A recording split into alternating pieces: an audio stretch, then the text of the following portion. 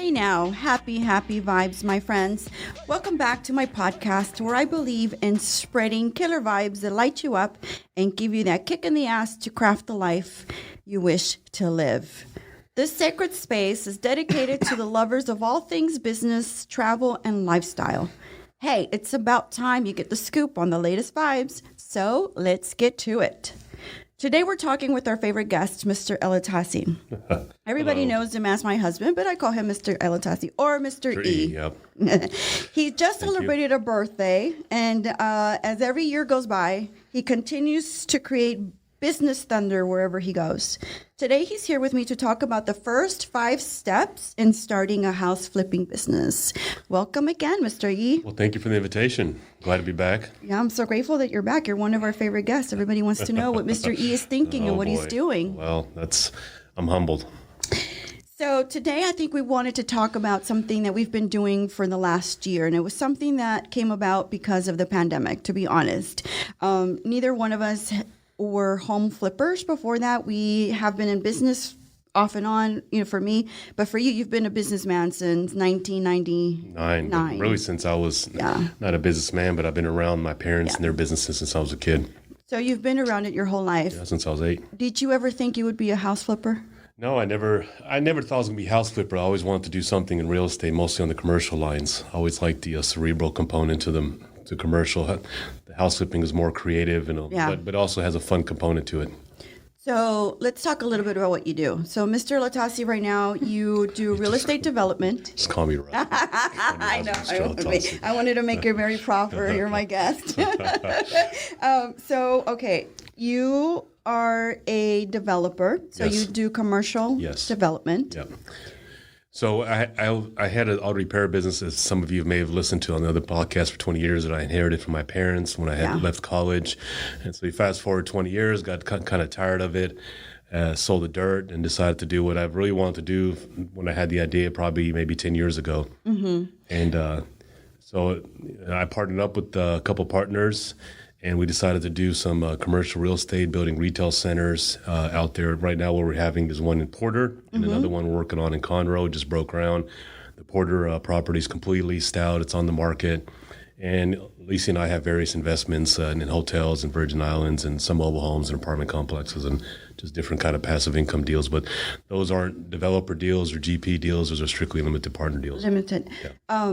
And I think I want to use the word that you use all the time, which is redeploy. And I think that's what you did with the money that you got from the sale of your business and the land. Yep. And then you redeployed it to a variety of real estate investments. Yes. It was a development, but then through the pandemic, we pivoted. I think we made like a little right turn to do house flipping. And I think we purchased our first house was April 2020, correct? Yes, between you and I, the first one we did was April 2020. First one we did together. We were bored, and the commercial thing kind of came to a lull as the entire world came to a stop. And I had closed my business, so I wasn't doing anything, and I needed something to do. Yes, and that's kind of that was the beginning of the story, and here we are.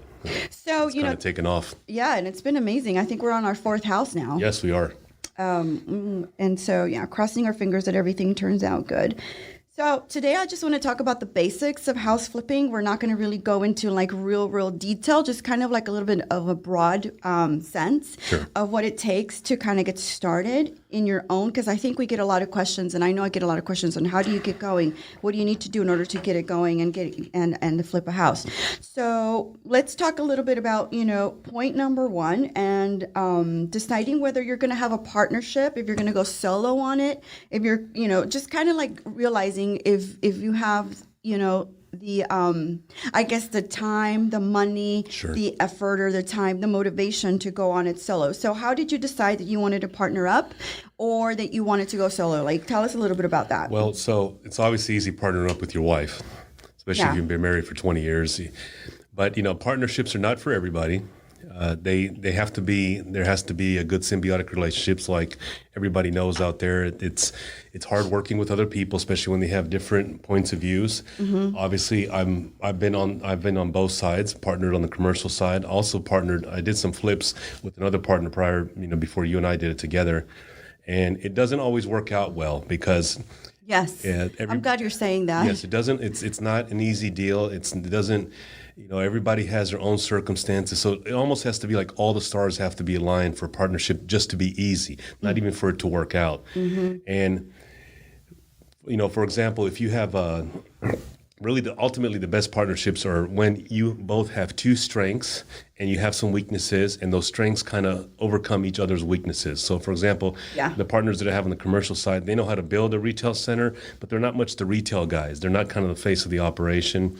And then that's kind of where I come in, but I don't know really how to build those retail centers. That's kind of where they're doing. So there's some pros and cons, and that's kind of how a partnership should work. But they're not easy. There's a lot of bumps in the road, and there's a lot of expectations. How do you make a determination on who's a good partner for you? Besides, of course, we've lived together, but how do you find other partners for your other ventures? Everything has to be communicated up front. You must think of all the possible details that you can think are going to be issues for yourself. You must communicate your expectations of what you expect this investment to bring at the end, and there has to be all complete transparency. And if there's any kind of doubt in any of those three, don't partner up with somebody. Because it's just going to be a rough ride. If they're doing something behind your back, they're not communicating, they're just regular stuff that you do, almost like you find in friendships or in marriages or whatever. It's just a business marriage is what it is. What it is, yeah. It's a lot of negotiation that's going on back and forth and meeting in the middle. The best partnership is when you guys separate your roles and you trust each other, not to step on each other's toes. Right. You do this part, I do this part, and you must completely have 100% trust. Of course, you guys can kind of say, hey, you know what, I think this might be a better idea, but more often than not, 95% of the time, you must let them do their thing and you do your thing, because if you guys think you have a better idea in every little detail. So defined roles, yes. Yeah. But I think a lot of people think that, if you flip a house, it's an automatic potential for profit. And a lot of times it's not a lot of profit, and it's not quite as much as people think it is. No, it's not. It's definitely not something that, this is passive income we're talking about. This is not something that you're going to make a living off of. This is strictly money that you have in a savings account. If you want like another stream of income on the side from whatever else you're doing. A better return than what you have currently. If you don't have the risk for the market, you don't have, your savings account is giving you 1% or 0.5% return. This is what you do. It's just like going to stock market. The only difference is you have slightly more control than the market. And so step number two, how much money do you need in order to start investing and start flipping houses? Well, so there's two ways. You can do lender financing, and most lenders are requiring 20 to 25% down. That's standard, loan to value kind of formulas. But the easiest way is obviously going all cash. Going all cash. It's easy. It's easiest to buy a property all cash. It's easiest to get to the process of closing on a property much quicker, because if you have a lender's going to require appraisal values. They may even require inspections of the property. There's a lot more challenges and obstacles to getting the house. Right. And what is another advantage of doing it cash besides winning the bidding war? Well, you don't have carrying cost. So you're not under a time crunch to sell the house quickly or to rehab the house, because that's not for everybody. I've come across people in the house flipping industry. They take their time. They do 3, 4, 5, 8 months on the deal. That's not how we operate. I like to get something out in 30, 45 days max. But when you have carrying costs, that's obviously eating at your profit. When you have to pay the bank back, you're in interest on the loan. So that's another advantage. But the other advantage is there's so many flippers out there in Houston, particularly. Okay. And if you can get ahead of everybody else by doing cash, 7 days, quick close, really no contingencies, maybe a quick inspection period, and you can even do away without the inspection period. Okay. Simply by just kind of feeling out the house for yourself, and you kind of gain that through experience. And you kind of throw that all at the seller, that you don't have any kind of contingencies. You want the house, there's a great likelihood you'll get it. So there's like a big dose of confidence that has to be there in order for you to be able to do something like that. And I think that's something that doesn't come easy for a lot of people. No, it's not. I think a lot of us will walk through something. I know I'm that way whenever I walk through a house that we're thinking about purchasing. I have to feel it out. I have to feel that there is potential in that house. Yes. It's like people say, does it have good bones? Like, I need to see that it has good bones, Sure. and that those bones are going to give us something in return. Right. You know, not necessarily just because it's in a great area, great neighborhood, but there could be tons of problems. And we went through maybe one house not too far from where we are in the Memorial. Was it Memorial area? Can't remember that we saw it and it was great, but the amount of money that we had to put into this was at least $100,000. Right. So But what do you gauge would be average? It's not the amount that you have to put into the house. Okay. That's the second part of the equation when you're going into flipping a house. Half of it, the way we do it is half is gut instinct. You walk into the house, you feel out the neighborhood, you kind of have a general idea through experience of what it costs to rehab a house, just from the experience that you had before. But even if you don't know, you can, you're going to learn as you go. That's just kind of the reality of the things. But you realize that it needs, you live in a house, you kind of know what other houses that are on the market sell for in terms of what it costs, in terms of what the style that you need. Okay. And then you kind of apply that style based on what you kind of see out there. You apply it to how the house is, what you would need in that particular house to get it going. That's the gut instinct part. The other part of the equation is to do the numbers. And so obviously you have to look at what the house is selling for. Okay. And you have to do the comps. There's two ways to do comps. All right. And that's going to lead me. Yes. There's two ways to do comps. One of them is strictly you go to the Harris County Appraisal District or whatever county you're in, and then you look at what that house is selling for, and then you kind of look at what other houses are selling for in that street or in that area, and that's the basis. That's the bottom line, because typically the appraisal district is lower than what the actual houses are selling for. So, for example, if a house is selling for $150,000, that's what seller's asking, but you see on the appraisal district it's $180,000, then you got some room to work with, because the house will probably sell for 15 to 20% above the appraisal district's ask. The other way is really to team up with a good realtor. Comps are available to the public, but the realtors have a lot better connections with the comps. So that's the other half of the equation. So then you run the comps, and then you run the appraisal district and how much the house is selling for and what you estimate the cost of the house is going to be. Yeah. The average, that's called the after repair value, the ARV. Right. And what you're looking for is about anywhere from a 10 to 20% return. 15 is average. 10 to 20%. And that leads me to step number 3, learning the market. Right. Not just purchasing a house when you like it and you think about it and you're like, oh, I'm in love, I'm getting it. There's a lot of components that need to be there. And you talked about condition of the property. Yes. You talked about what they're looking in terms of their asking price. Yep. Because sometimes they're a little too much for what we want to pay. What they're looking to sell, the ARV, obviously the after repair value.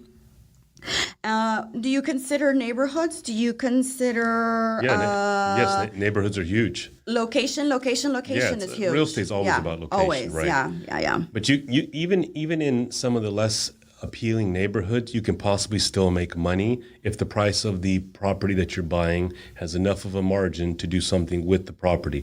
So, for example, if you go to a neighborhood that is not necessarily, let's say, the Heights, or you go into like Oak Forest, something really appealing, but you go into something that doesn't. There's a market for everybody out there. There's an economic demographic for everything, and especially in Houston, you can make money doing a house for $50,000 that you buy for $75,000. You put $20,000 into it, and you sell for $130,000, $140,000. That all works as long as you do the math and find out that $50,000 house, after you put in $20,000 to $30,000 into it, will sell for $130,000 to $140,000. Yeah. So it doesn't matter where the neighborhood is. People get too romanticized about, I have to do it in the Heights. I have to do it Memorial, West whatever, because those houses will sell easy. It doesn't matter. At the end of the day, it's all an equation. It's all a formula. If you make 12% on the house in a lower socioeconomic neighborhood, 12% house in an upper socio, it's still 12%. Yeah, and I think we came across a situation where we wanted to do a house, and we still have it on the market actually, and we wanted to do a house in my old neighborhood in the north side. That house was just, I think I romanticized the idea of going back to my neighborhood and purchasing a house in my neighborhood, and I convinced you to come and let's test it out. Let's see if we can find a house over here in this area. Of course, everybody told us the houses were selling for a really great price. Things were looking up in that neighborhood. It wasn't the Heights, but it was close enough to the Heights that you could get a really good resale value on these houses. And I think this house was probably the most difficult and the most challenging in terms of all the problems that we encountered when it came to contractors and when it came to location as well. And that's what's struggling right now, because even though it's been listed for a month, it's still struggling to get there. Well, it's not, we knew that this house was going to be a challenge. And you know, not to, you know, float our boat. We wanted a challenge because we wanted to kind of get away from the mid-century cookie cutter homes. We wanted to do something on a different side of town. We had said this many times at the beginning that this house was going to be a challenge because we knew the street was a little dicey. The neighborhood was not for the masses. It was more of a niche. It was very specific. It was very specific. It was a niche neighborhood. Yeah. It's really close to downtown. It's really for a couple that it just is looking for proximity to their work, not necessarily somebody that lives in town, somebody that's coming out of town. Yeah. Maybe somebody that's going to live there for 3-4 years. It's under contract. So it was different, and we wanted to do something different. We wanted to challenge ourselves, and you know, it's only been on the market for 30 days. We've had a lot of showings. But it's a beautiful house. It's a little bungalow. It's super cute, very cozy. Right, but to Alicia's point, you know, that's one of the pitfalls of doing this. One of the challenges of doing this is really the contractors. You really got to develop a rapport with good work, and you have to pay them sometimes extra to keep them, because everyone's busy these days. Everyone's doing this. The residential market is super hot, and trying to get somebody to come into work for you is a challenge in itself. I told the girls yesterday at the business mastermind that I had, I said, sometimes we just say, hey, you finish on time, you come in on time, and you'll get a bonus. Like, I think sometimes with these contractors, we just have to be super like, let me throw some money in your face right now so that you can get it done. Because it's the most difficult thing. And that's going to lead me to number 4. And that's number 4. And step number 4 is building your network of contractors and real estate professionals. Sure.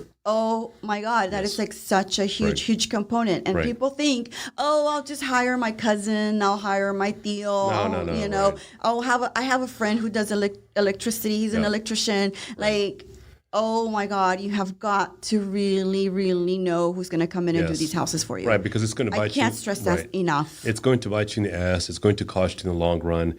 I always had a saying, don't work with family or friends. Yeah. You got to work twice as hard for half the money. And so it's not. I want that quote on a T-shirt. Sure. There's benefits. They'll give you a deal. They may cut a break off the price, and that may help you out on the margin. But you got to make sure that friend or that family member that's working for your electrician, your plumber, your drywall guy is actually doing a good job, because typically, no matter how related they are to you or how good of a relationship you have, money in business always is a separate ball game. With friends and family, with anybody, it just makes people do things different. They can be the closest cousin, the closest brother-in-law, the closest sister-in-law, the closest brother. But when it comes to money, it's always that there's a dichotomy between relationships and money. Always. It's a dark gray area between. Yeah, and it could lead to families breaking apart. Yes. It can lead to people feeling jealous or envious of one person, and then they're going to say, well, I work just as much as you do. Why am I not getting that much? Like, it's a very, very dicey thing, and you have to be very careful who you work with and what you do with them. But building your network, creating a really good rapport with those contractors that work out well for you. Wholesalers, by the way, was a way that we've been able to find houses. That's also part of the network of contractors, the wholesaler. Yeah, so that's actually the easiest process that we have learned over the last year, is working with wholesalers. And the way this works, and it really doesn't work with lender financing on wholesale, because the lenders require an appraisal value, they require inspection, and they don't.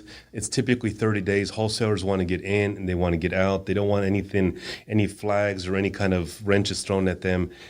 Wholesalers, they look for distressed properties or properties from sellers that don't want to go through the process of listing their property. They're typically, their mortgages are clear. They had a death in the family. They were widowed. They want out of a property quickly, painlessly. They're willing to take a pay cut on the sale of their property, but you got to move fast on it, and you got to have cash, and you got to just throw in 7-10 days, quick close. I want that property, and do your due diligence within a few minutes. Get good at it. Look up the appraisal district. Have your realtor look up the comps in the area. Kind of do the math in your head. Walk the property once. Generalize it, and get the deal done. If you want to get ahead of everybody else, because the second a wholesaler gets hold of a property, they have a network, they have investors. A Rolodex of investors, so you're going to be arguing with all of them. So you can't be on their shit list, in other words. Yeah, I mean, we got to treat them well. We got to bring them a bottle of wine every once in a while. That's for sure. That's our favorite. That's our Right. favorite way of schmoozing. Yeah, people. wholesaling is one thing. Wholesaling is one option to get a house. Another option is to know somebody to that's know selling somebody that it, wants to yeah. sell a house. That's an easy process. Of course, you can go the auction route, but you got to be registered with an auction house or with a vendor, and that's one of those things you kind of learn how it goes. You're going to be bidding amongst a lot of people, and typically on the auction deal, you don't get to walk the property. Yeah. On the inside, it's sight unseen. You can see it from the outside. You could probably see some of the pictures, but you don't get that feel of the house. So there's higher risk in an auction property. Yeah, I think I would be uncomfortable doing auctions myself, Sure. just because I'm one of those people that needs to walk through something and Right. feel it out. That's just how I feel. And I feel like a lot of people say, well, contractors can't. I just want to stress how important it is to really find contractors that you trust, that will work with you, and that you can take them from one property to another and from Right. one project to another, and that are willing to work with you, because a lot of times, we have to make exceptions for them. Like, they don't show up on time. Right. We understand that their family life is a little bit different than Sure, ours. right. Our time frames, we say we're going to be there at 10, we show up at 10. For a lot of contractors, 10 o'clock is 10:30, Yes. 10:45. Right. So if you're going to be flipping houses, you have to have an understanding of the people that are going to come work for you. Right. Obviously, we had one house, the one we did at Lugari, and we had a contractor. We had a general contractor, Right. and he took care of everything. It was great. But it was fantastic, but we paid a little bit more money Sure. for that. But we said, okay, are we willing to pay a little bit more for that peace of mind? And we said, what? Yes. Yes, absolutely. Absolutely. Right. And Absolutely. sometimes it's worth it, because if you get a good general contractor that can handle the electrical, the plumbing, the flooring, the paint, and he's there actually working with his guys, that's even a huge plus, because a lot of general contractors, they just subcontract, they don't show up, and then it just kind of delays the process, because everyone, I have to reemphasize this part, Yes. is this is an investment. This is not emotional. This is about getting the best return for your money. And time is an important component of getting an investment. There are formulas you plug in for how long your money is being tied up in an investment, and to sell that investment and then redeploy that investment. The more the times you can roll over that money, the opportunity cost of capital, the better your return is in a fixed amount of time, 12 months or 18 months or 24 months. But typically people look at a 12-month period. So it's not a good idea to take a 1,500 square foot house and take 3 months to rehab it. Have all your ducks in order. Have your contractors lined up and get them in, get them out. A 1,500 square foot house with foundation issues, some flooring, some paint, redoing the cabinets. It shouldn't take you more than 4 to 5 weeks. If you're on top of everybody, if you micromanage the time frame, if you set those expectations from the beginning, and if you have to pay an extra $1,000 or $2,000, which to them is an extra 10 to 12% for their profit, right? them. That's how they see it. And if you pay them extra to get the house done, and you get that house sold, you get to redeploy the capital, buy yourself another property. That continues to improve your NOI, continues to improve the opportunity castable, the OCC, the opportunity cost of capital, the percentage, the internal rate of return. You get to plug, because that's all it's about. It's just about making those numbers higher in terms of what you can do elsewhere with that money. It's not emotional. You can't say, I'm going to take 4 or 5 months to do a house for 1,500 square feet. You're wasting time. You're not doing it right. And I just want to just reemphasize this as well. We learned all of these things that we're telling you guys about today in a year. I mean, it really was like intense immersion and like learning things and really taking the time to kind of like, okay, well, what are the trends out there? What are the colors? What are the schemes? What are we gonna do in terms of the property area? I know one thing that I work on the most with this partnership is that I really look at the neighborhood, and I look at how we can incorporate the spice or the culture of the neighborhood into our house, and to make it stand out and make it special and different. Because if we are going to be doing what everybody else is doing in terms of investment, then what are we doing that's different and unique and special? And one thing and one comment that we get a lot is, I really like the floors you picked, or I really like the color of the wall, or that kitchen was very unique. I mean, our hammock house is the most beautiful kitchen. It was completely custom. It's beautiful, gorgeous, We opened up the handcrafted. area, right. And, you could think, well, why would you do something so amazing and so special in a neighborhood that's just so run down? Because a lot of those houses are giving the same thing or giving vanilla. They're Right. giving vanilla to everybody. So how are we going to stand out and make it different? We added technology.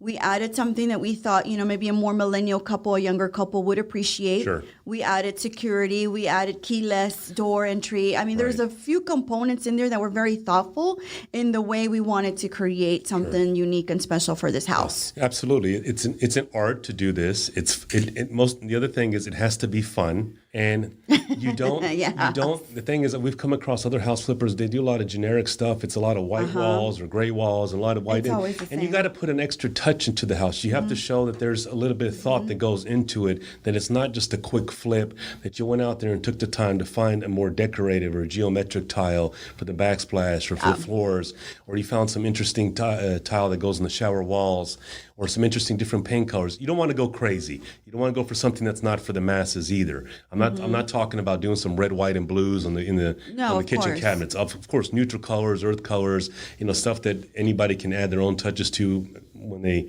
they decide that they want the house, but something a little bit different. And I think that kind of helps you kind of stand out, just like you have to stand out any kind of creative or right brain business. Exactly. And I think that's what makes our houses a little bit more special and more unique, that we do incorporate some unique geometric patterns. I'm a big fan of, for example, Chris Pardo design. So whenever I go and see what he does, I get inspiration from what he does, and he combines different patterns. He's really big in doing these beautiful wallpapers. Yeah. I mean, colors are just so amazing and gorgeous. And I think it's something that makes us stand out a little bit more in terms of investments and things that people say, oh, let's go see their house. Right. It's got to have like a unique take on it and something special. No, we've learned a lot from Chris. Chris is our partner out there in the Virgin Islands, the hotel gig that we have, the investment out there. We just came back from there and we checked on the properties, and he's done some amazing designs. That's not necessarily something you would apply to a house that you're trying to sell to the majority of the market, but it kind of gives you an idea that you can do something just a little toned down that would still has some appeal to it, but at the same time you're doing something different than just white subway tile on a backsplash or some, which is what everybody's doing. Right? Or for a while we did the typical 80-cent floor decor, 6x12 ceramic tiles on the floors. Everybody's doing that. I got tired of doing that. I figured you could stand out a little bit and maybe get an offer on a property if you do something that they're not seeing it, but still kind of in that realm of a neutral color, but just a little bit different. Exactly. Yep. I love it. And if you guys want to check out his design aesthetic, follow the Arrive Hotels. Yep. And that's his design. All of that is him. And it's just been an inspiration for me and just to see what he's doing. All right. Point number 5, and this is our last one. Buy, renovate, and sell your property. What happens when you're about to sell that property that you've renovated and you're about to sell it? What are you going to do now? So right before you sell it, obviously you want to get somebody to clean it up for you. Yeah, of course. Oh, we have the best lady that cleans the houses for us. In terms of selling the house, I like to implement flexibility. I like to leave something for the buyer to put their own 2 cents in, where the seller says for the right price, whether it's an appliance package, whether it's an addition to a closet. You don't like the closet, it's not big enough, or you want to change the color of the cabinets. I leave something for them to put their own 2 touches on for the right price, because ultimately most people are going to get a 30-year mortgage, 4 to 5% interest rate, and it's going to cost them, $5,000 to repaint the cabinets, and you're selling the house for $300,000, let's say, but they're going to say, I want the house for $290,000. But 10 years over 30 years at a 5% interest rate, it may cost them $1,000 extra in down payment, but only an extra $30, $40 a month. But you're willing to repaint the cabinets for $5,000 or $4,000. That they don't have to do that. They get their own touch. You show flexibility, and you still get an extra $3,000 or $4,000. Instead of going down to $290, you're now down to $295, and they pay $295. So it's kind of a win-win for everybody, because at the end of the day, my philosophy, it has to be a win-win for both. Yeah. But don't redo everything on the house. Don't say I put in all these appliances and all this stuff, and because then you're kind of limiting limiting the option to what people say. Well, I don't like stainless. I want black appliance. Or I don't like black. I want a stainless steel appliance. Then you have to redo all of it.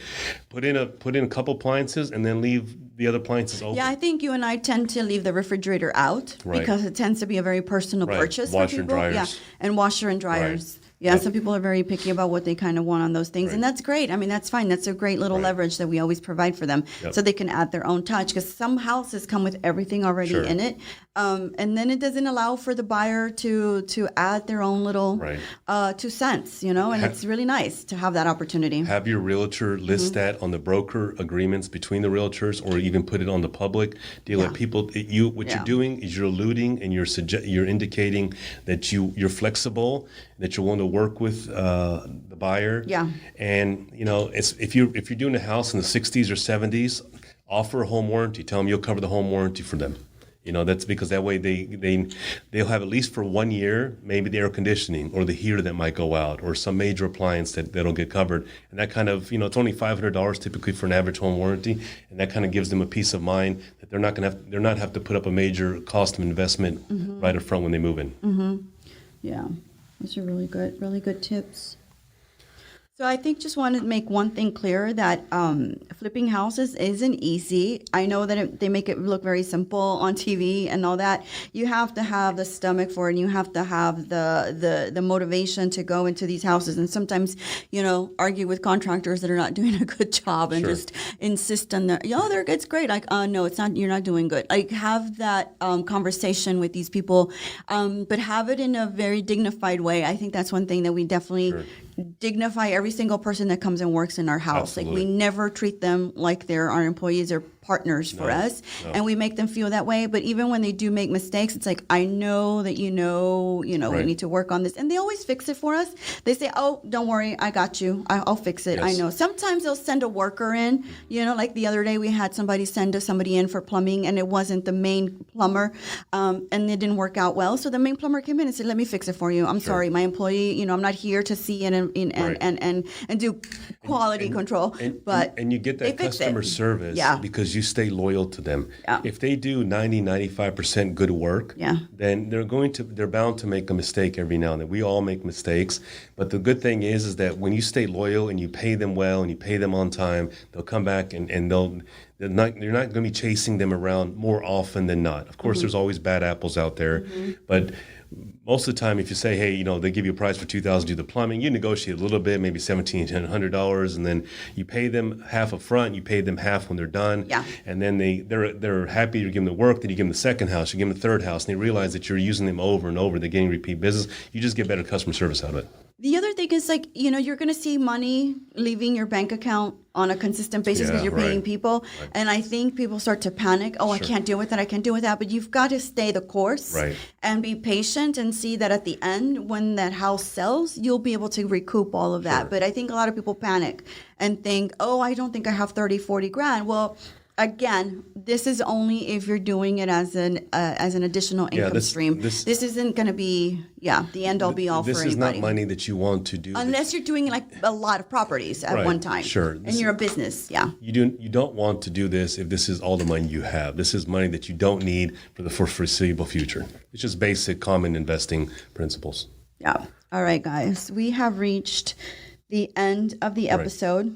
I'm so grateful that you guys are listening. If you feel that you've gotten some really good stuff. I would like to add one other thing real quick. Go ahead. So I don't think we talked about the cash flow model, the rental option. And I think I get a lot of that. People like to... You know what? Yeah, we didn't. I didn't even think about that. That's not for us, and that's not our circumstance, and that's not what our expectations are. The cash flow, the rental model works. Yeah. You typically are easier to get a lender finance on a cash flow model if you want to rent the house out, because you really don't need to come down. You don't really need to do a lot of repairs on the house, and the appraisal and on the rental typically comes a little bit higher for you to get that lender financing. But you have to keep in mind that the return on a rental more often than not is a long-term play. If you have financed a house and your mortgage on the house is now $1,000 and you're charging $1,300 rent, and assuming that you're a handy person that you can do your own maintenance on the house, you're walking away with about $300, which is $3,600 a year.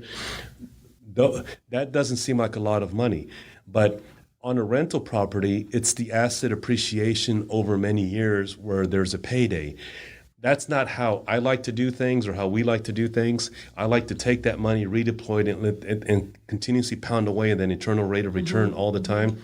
You can do it that way. That works for some people. Okay. They want that $1,300, that extra $400 or $500 coming in every month that helps them pay some bills, and then they're hoping that 20 years down the road, a house they bought for $200 is now worth $350 or $375. They get to sell that house, and that helps them with the retirement or relief pressure. That's a great model too. That works, but just keep in mind, if you do that, it's like, oh, I'm only making $300 a month, and so that doesn't do anything. So that's not a good way if you need. If you want to improve those numbers that I talked about, the opportunity castle capital, that's not a good option for that. That's a very long-term play that works out over the long term. And there is a good podcast that I recommend that people listen to. It's called Passive Real Estate Investing, and by Marco Santarelli. He's a very no-frills, basic, rudimentary guy for just the average investor out there. Listen to his podcast. He has about, I think, 40 or 50 of them now. You don't have to listen to all of them, but you can look at the titles, and he tells you about how, kind of what I had just explained, how to go about doing the same thing in both options, a rental model or the flipping model. He goes through both of them, and he'll let you. He teaches you how to count the numbers. I had a background in finance in college, and I've taken some courses at MIT and stuff like that online, and so I wasn't listening to that. I just want to see if there's any secrets to the trade, but there really isn't any secrets to the trade. You look at the appraisal district, you get the comps, you kind of go over what you think it's going to cost. If you don't know it's your first house, get a contractor, get an estimate, and then realize how fast can you do it. And if you're walking away or 10 or 15,000, is that worth your time? Exactly. And it's only worth your time if you do it quick. You can't do this and have it done in 6 months and then say I only made $10,000, and you're going to beat yourself up. That was way too much effort for too long of a time. But if you're doing this every 30, 45, 60 days, and you're making 15, 20, or 25,000 or whatever, then you feel better about it, and you feel better about doing it. Yeah, and maybe partner up with another investor, somebody who has experience, and then get your feet wet so that you can go off and do it on your own. But it's always a good idea to look at resources and research as much as you can of everything that you're doing. Learn about what you're doing. Like I'm addicted to these investment podcasts too now. Like I'm listening to real estate investment podcasts. Why? Because if I'm doing something, I want to be really good at it, and I want to know as much as I can about what I'm doing. Don't worry about failing. You can't learn how to walk if you're worried about tripping. And it's just, you have to put yourself out there, and you can't really fail in real estate in Houston or in Texas. We're not in Florida. We're not in California. We're not in these scarce land situations on the beach somewhere where you have this huge appreciation asset over 4 or 5 years, and then the market crashes and then the asset goes down. This is a very kind of leveled market. If you just do your numbers, you really can't fail at it. Just don't buy a house that has an HCAT value of 220 and the asking price is 230. You're not going to make money that way. There has to be a margin in what you think is worth. The typical is 10 to 15% below the HCAT, and then you can add an extra 10 or 15% that you'll probably sell it for, and then do the numbers. Yeah, I mean, don't find excuses. If it's something you want to do, you can do it. If you need to borrow money from somebody or maybe go in with partners, don't do it all by yourself. Go in on it at the beginning with another person to kind of get your feet wet. And like then you could, like anything else. Again, like Russ said, don't, worry about the tripping if you're learning how to walk. Like just start and start doing. And we're in a really great place right now where, I think that the market is just really hot right now, and and it's happening, and it's going really well. And we got 4 homes on the market. We have 4 homes we're doing right now. One's been on the market for 35 days. We just put another property in the market. Our realtor Rachel Allen just listed it yesterday. Within less than 24 hours, we already have an offer $10K above asking price, and we had that house done in less than 4.5 weeks. And that's when we hired that general contractor who took care of everything and really made it super seamless and really easy for us. We're working on another one out there in Spring Branch that hopefully will be done. And if it wasn't for the foundation taking 3 weeks for the contractor to come out there, we'd be wrapping it up. We'd be done by now. We'd be wrapping it up here. I'm excited. Thank you so much for being here today. Of course. And I think we gave some really great information and some awesome ideas if they want to do some flipping. Again, guys, if you like what you hear, if everything resonates with you, let us know what you think. Post a review, share our podcast with your friends, let everybody know you're listening in. We have information, we have inspiration, we talk about business, travel, and lifestyle. As always, you can find me at Vibes by Alicia on Instagram and also my business Instagram account at thinking_boutique. Right. I'm really excited and I'm so grateful for you today. Thank you. I am too, for having you as a partner. We work well together. Thank you. I think we do. You don't step on my toes, and that's all that matters. Just kidding. I learned it the hard way. Get out of my way. Yes, the only thing I have to say at the very end is don't talk about doing something, go out there and do it. Right. Execute. Life's too short That's to have ideas. It's the difference in the success. Execution. Yep. People think about it. They go over it, and then they never do it. Yep. Do it, guys. Yep. You heard it here. Thank you, guys. See y'all next time. Bye. Bye.